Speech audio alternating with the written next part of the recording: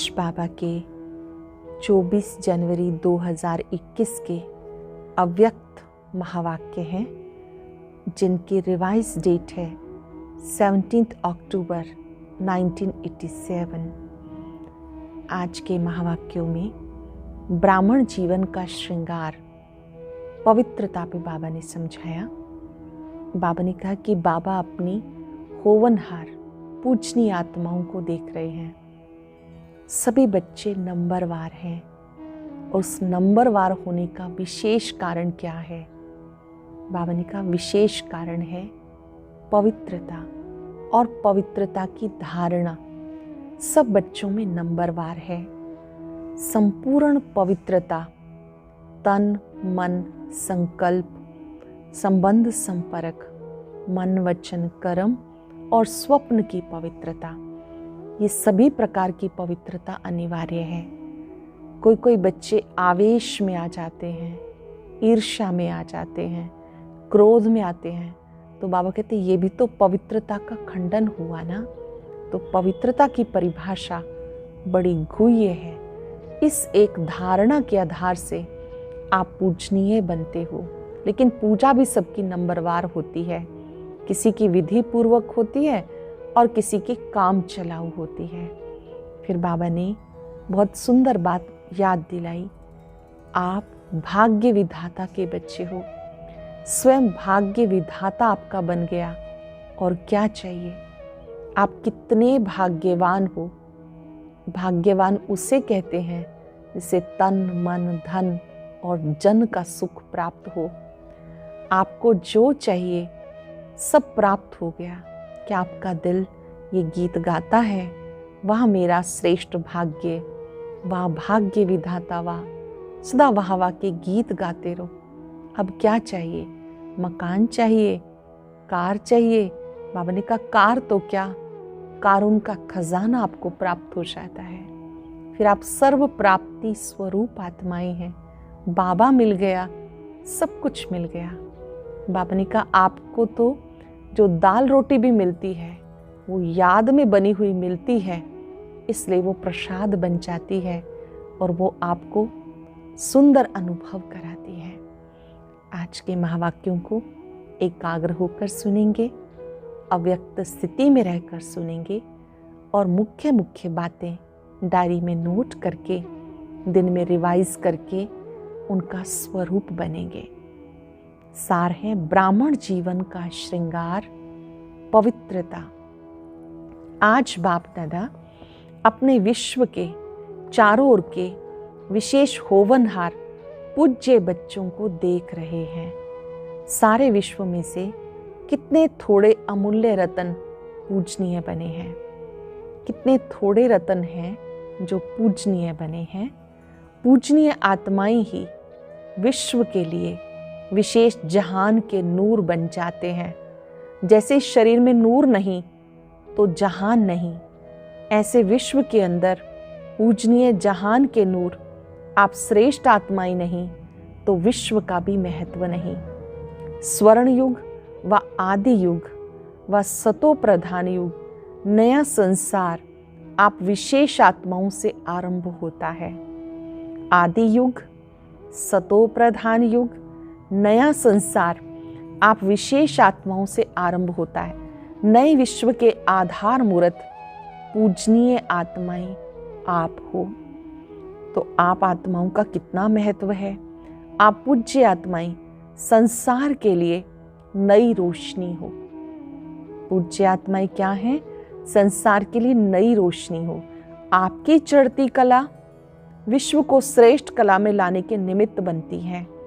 आप गिरती कला में आते हो तो संसार की भी गिरती कला होती है। आप परिवर्तन होते हो तो विश्व भी परिवर्तन होता है। इतने महान और महत्व वाली आप आत्माएं हो। आज बाप दादा सर्व बच्चों को देख रहे थे। ब्राह्मण बनना अर्थात पूज्य बनना, क्योंकि ब्राह्मण सो देवता बनते हैं और देवताएं अर्थात पूजनीय। सभी देवताएं पूजनीय तो हैं, फिर भी नंबरवार जरूर हैं।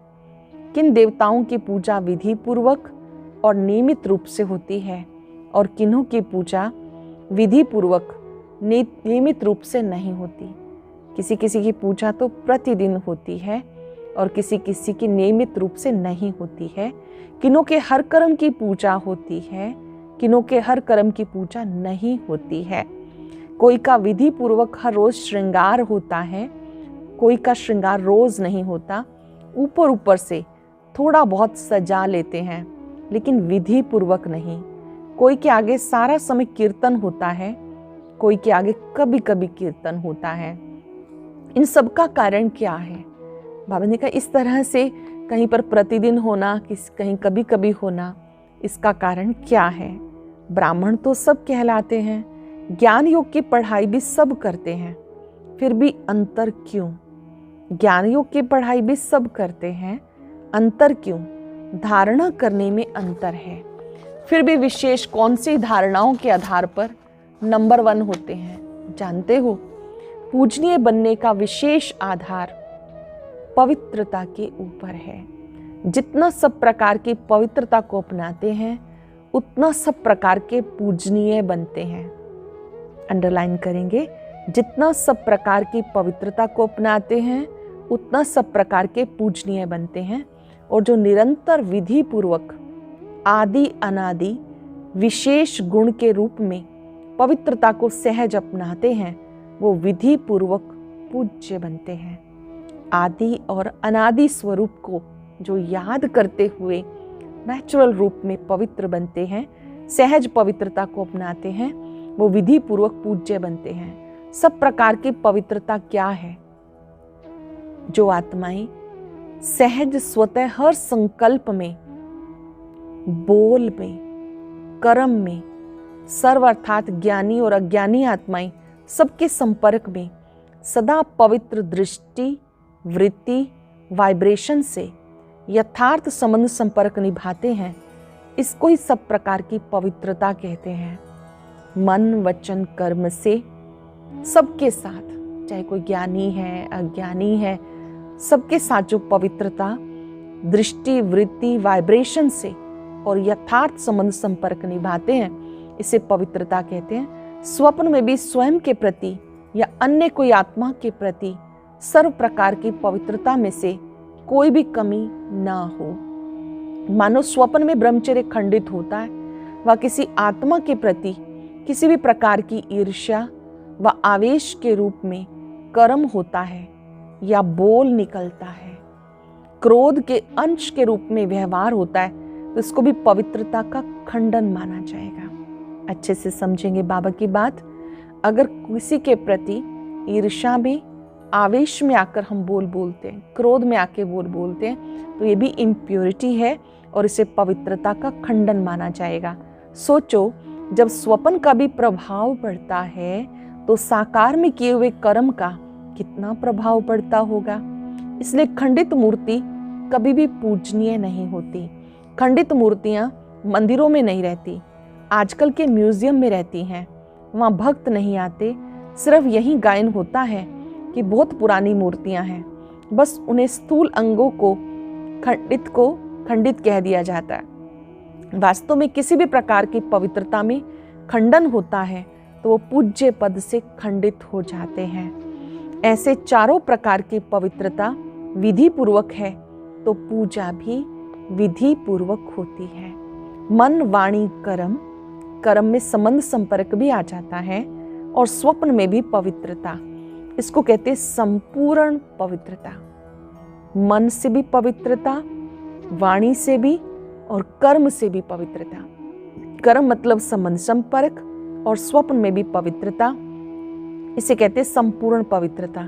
कई बच्चे अलबेलेपन में आने के कारण चाहे बड़ों को चाहे छोटों को इस बात में चलाने की कोशिश करते हैं कि मेरा भाव बहुत अच्छा है लेकिन बोल निकल गया, वह मेरी एम ऐसी नहीं थी लेकिन हो गया।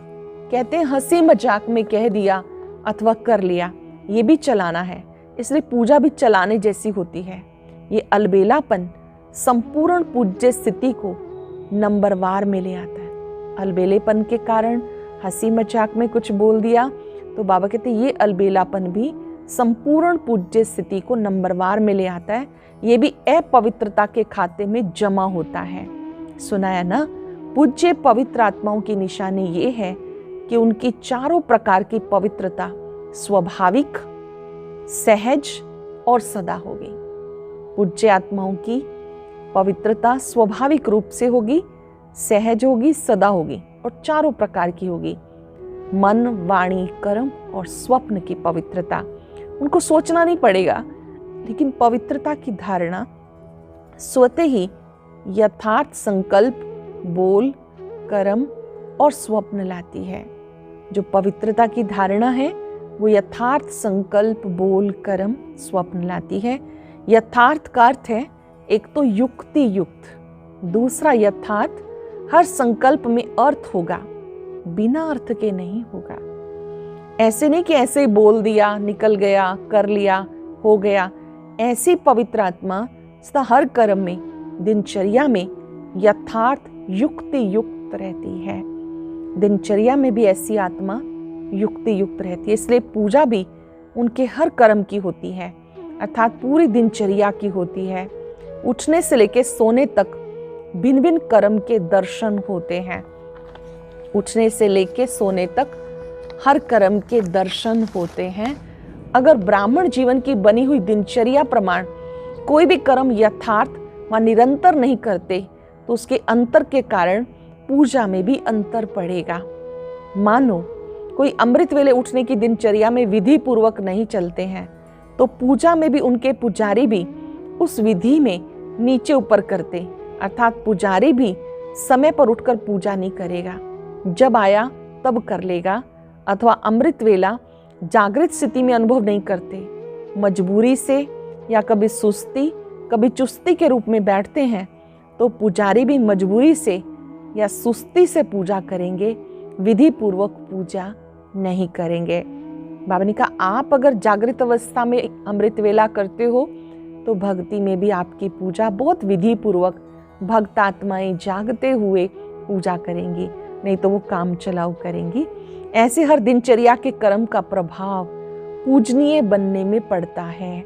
विधि पूर्वक ना चलना, कोई भी दिनचर्या में ऊपर नीचे होना, ये भी अपवित्रता के अंश में गिनती होती है, क्योंकि आलस्य और अलबेलापन भी विकार है। जो यथार्थ कर्म नहीं वो विकार है, तो अपवित्रता का अंश हो गया ना। इस कारण पूज्य पद में नंबरवार हो जाते हैं।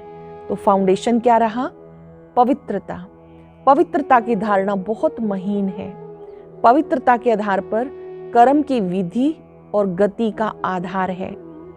पवित्रता सिर्फ मोटी बात नहीं, ब्रह्मचारी रहे या निर्मोही हो गए, सिर्फ इसको पवित्रता नहीं कहेंगे। पवित्रता ब्राह्मण जीवन का श्रृंगार है।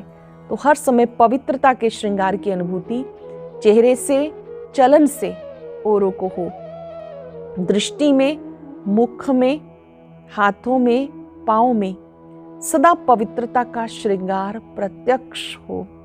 दृष्टि में, मुख में, हाथों में, पाँव में भी पवित्रता का श्रृंगार प्रत्यक्ष हो। कोई भी चेहरे की तरफ देखे तो फीचर्स से उन्हें पवित्रता अनुभव हो।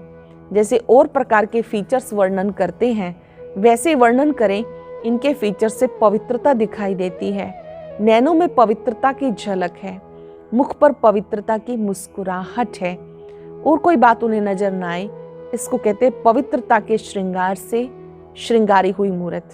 समझा? पवित्रता की तो और भी बहुत गुह्यता है, फिर सुनाते रहेंगे। जैसे कर्मों की गति गहन है, पवित्रता की परिभाषा भी बड़ी गुह्य है, और पवित्रता ही फाउंडेशन है।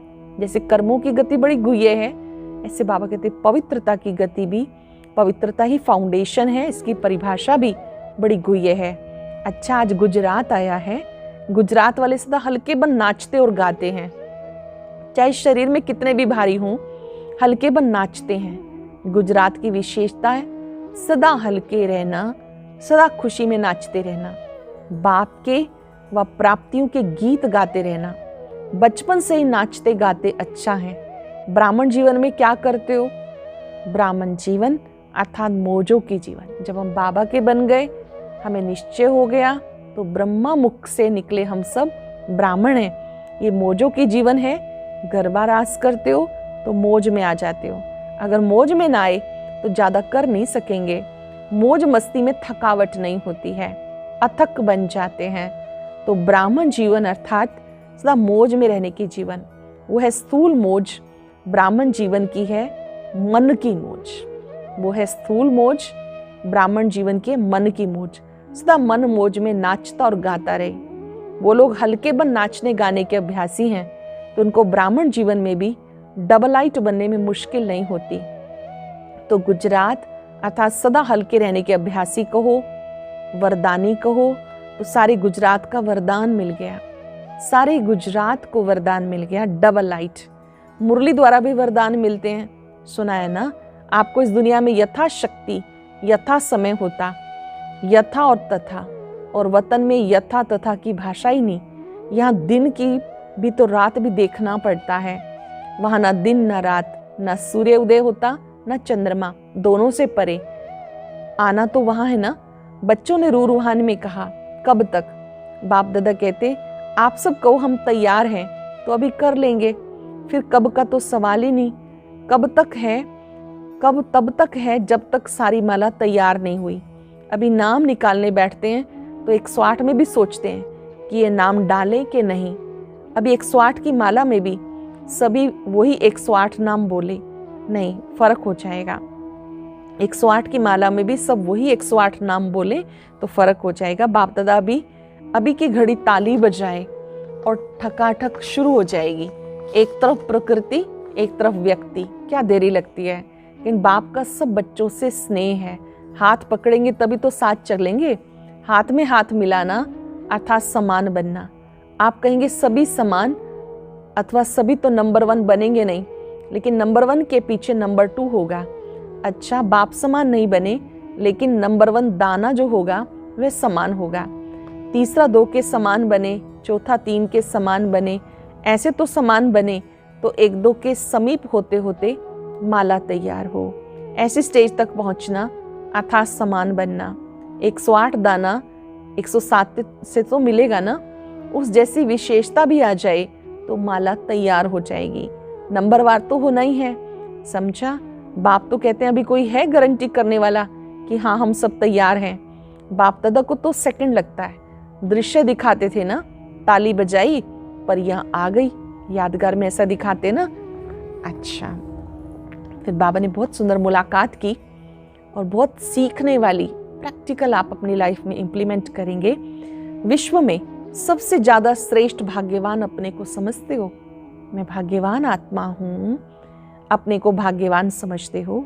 सारा विश्व जिस श्रेष्ठ भाग्य के लिए पुकार रहा है, हमारा भाग्य खुल जाए। आपका भाग्य तो खुल गया ना, इससे बड़ी खुशी की बात और क्या होगी। भाग्य विधाता ही हमारा बाप है, भाग्य विधाता ही हमारा बाप है। ऐसा नशा है ना, जिसका नाम ही भाग्य विधाता है, उसका भाग्य क्या होगा। इससे बड़ा भाग्य कोई हो सकता है क्या। तो सदा ये खुशी रहे, भाग्य हमारा जन्मसिद्ध अधिकार हो गया। बाप के पास जो भी प्रॉपर्टी होती है, बच्चे उसके अधिकारी होते हैं। तो भाग्य विधाता के पास क्या है? भाग्य का खजाना। उस खजाने पर आपका अधिकार हो गया। तो सदा वह मेरा भाग्य, वह भाग्य विधाता, ये गीत गाते रहो, उड़ते रहो। जिसका इतना श्रेष्ठ भाग्य हो, उसे और क्या चाहिए। भाग्य में सब कुछ आ गया। भाग्यवान के पास तन मन धन जन सब कुछ होता है। श्रेष्ठ भाग्य अर्थात अप्राप्त कोई वस्तु नहीं।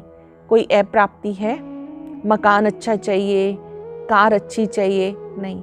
जिसको मन की खुशी मिल गई उसे सर्व प्राप्तियां हो गई। जिसे मन की खुशी मिल गई उसे सर्व प्राप्तियां हो गई। कार तो क्या, कार उनका खजाना मिल गया। कोई अप्राप्त वस्तु है ही नहीं। ऐसे भाग्यवान हो। विनाशी इच्छा क्या करेंगे? जो आज है कल है ही नहीं, उसकी इच्छा क्या रखेंगे। इसलिए सदा अविनाशी खजाने की खुशी में रहो, जो अब भी है और साथ में भी चलेगा। ये मकान, कार व पैसा साथ नहीं चलेगा। अविनाशी खजाना अनेक जन्म साथ रहेगा। कोई छीन ही नहीं सकता, कोई लूट भी नहीं सकता। स्वयं भी अमर बन गए और खजाने भी अविनाशी मिल गए। जन्म जन्म ये श्रेष्ठ प्रारब्ध साथ रहेगी। कितना बड़ा भाग्य है, जहाँ कोई इच्छा नहीं, इच्छा मात्रम अविद्या है। ऐसा श्रेष्ठ भाग्य भाग्य विधाता द्वारा प्राप्त हो गया। अपने को बाबा के समीप रहने वाली श्रेष्ठ आत्मा अनुभव करते हो। बाप के बन गए, ये खुशी सदा रहती है। हम बाबा के बन गए, बाबा हमारे बन गए, ये खुशी रहती है। दुख की दुनिया से निकल सुख के संसार में आ गए। दुनिया दुख में चिल्ला रही है, आप सुख के संसार में सुख के झूले में झूल रहे हो। कितना अंतर है। दुनिया ढूंढ रही है, आप मिलन मना रहे हो। तो सदा अपनी सर्व प्राप्तियों को देख हर्षित रहो। क्या क्या मिला उसकी लिस्ट निकालो, बहुत लंबी हो जाएगी। मुझे बाबा से क्या क्या मिला उसकी लिस्ट निकालो, लिस्ट लंबी हो जाएगी। क्या क्या मिला? तन में खुशी मिली, तन की तंदुरुस्ती है। मन में शांति मिली, शांति मन की विशेषता है। धन में इतनी शक्ति आ गई जो दाल रोटी 36 प्रकार के समान अनुभव हो। ईश्वरीय याद में दाल रोटी भी कितनी श्रेष्ठ लगती है। दुनिया के 36 प्रकार हो, आपकी दाल रोटी हो तो श्रेष्ठ क्या लगेगा? दाल रोटी अच्छी है ना, क्योंकि प्रसाद है। जब भोजन बनाते हो तो याद में बनाते हो, याद में खाते हो तो प्रसाद हो गया। प्रसाद का महत्व होता है। आप सब रोज प्रसाद खाते हो, प्रसाद में कितनी शक्ति होती है। तो तन मन धन सब में शक्ति आ गई। इसलिए कहते हैं प्राप्त नहीं कोई वस्तु ब्राह्मणों के खजाने में। तो सदा इन प्राप्तियों को सामने रखते खुश रहो, हर्षित रहो। अच्छा, मीठे मीठे सिक्के लदे बच्चों प्रति माता पिता बाप दादा का याद प्यार, गुड मॉर्निंग। रूहानी बाप की रूहानी बच्चों को नमस्ते, रूहानी बच्चों की रूहानी बाप दादा को नमस्ते, गुड मॉर्निंग। शुक्रिया बाबा, शुक्रिया। हम आज की मुरली की मुख्य बातों को मन में रिवाइज करेंगे कि पवित्रता हमारे इस जीवन का फाउंडेशन है। मन वचन कर्म, स्वप्न में भी पवित्र बनना है। अपवित्रता के अंश ईर्ष्या, आवेश, क्रोध, इन्हें समाप्त करना है। पवित्रता की धारणा को गुह्यता से समझते हुए सबके प्रति भी, चाहे कोई कैसी भी आत्मा हो, सबको अपने मन से पवित्रता के वाइब्रेशन देने हैं। मैं भाग्यवान आत्मा हूँ, अपने भाग्य को स्मरण करना है। भाग्य विधाता ही हमारा हो गया, वह मेरा श्रेष्ठ भाग्य, ये गीत गाते रहना है। आज का वरदान, कर्म द्वारा गुणों का दान करने वाले डबल लाइट फरिश्ता भव। कर्म द्वारा गुणों का दान करने वाले डबल लाइट फरिश्ता भव। जो बच्चे कर्मणा द्वारा गुणों का दान करते हैं, उनके चलन और चेहरा दोनों ही फरिश्ते की तरह दिखाई देते हैं। वो डबल लाइट प्रकाश में हल्केपन की अनुभूति करते हैं। उन्हें कोई भी बोझ महसूस नहीं होता। हर कर्म में मदद की महसूसता होती है, जैसे कोई शक्ति चला रही है। हर कर्म द्वारा महादानी बनने के कारण उन्हें सबके आशीर्वाद, सबके वरदानों की प्राप्ति का अनुभव होता है। ऐसी आत्माओं को सबके द्वारा आशीर्वाद, वरदानों का, सहयोग का अनुभव होता है। स्लोगन है, सेवा में सफलता का सितारा बनो, कमजोर नहीं। सेवाओं में सफलता का सितारा बनो, कमजोर नहीं। आज अभ्यास करेंगे, मैं पवित्रता के सागर की संतान, परम पवित्र आत्मा,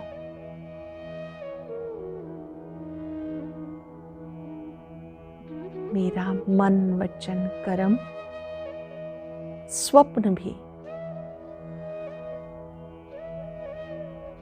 पवित्रता के बल से भरपूर है। मैं आत्मा शुभ संकल्प करती हूँ। सूक्ष्म अपवित्रता, आवेश, ईर्ष्या, क्रोध से मुक्त रहूंगी। पवित्रता की लाइट को अपने मस्तक से, नैनों से, हाथ पैरों से फैलता हुआ अनुभव करें। मैं परम पवित्र आत्मा हूं।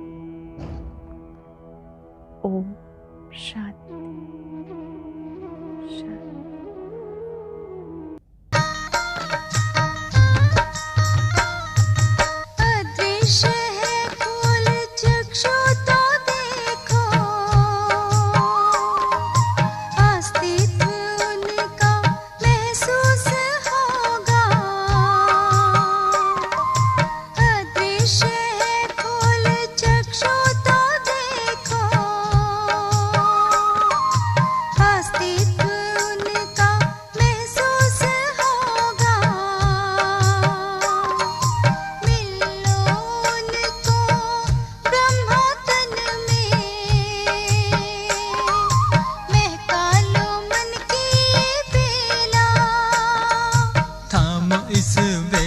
जगा लो विवेक, सारे जग का कर्णधार हो। मुरली की तान बज रही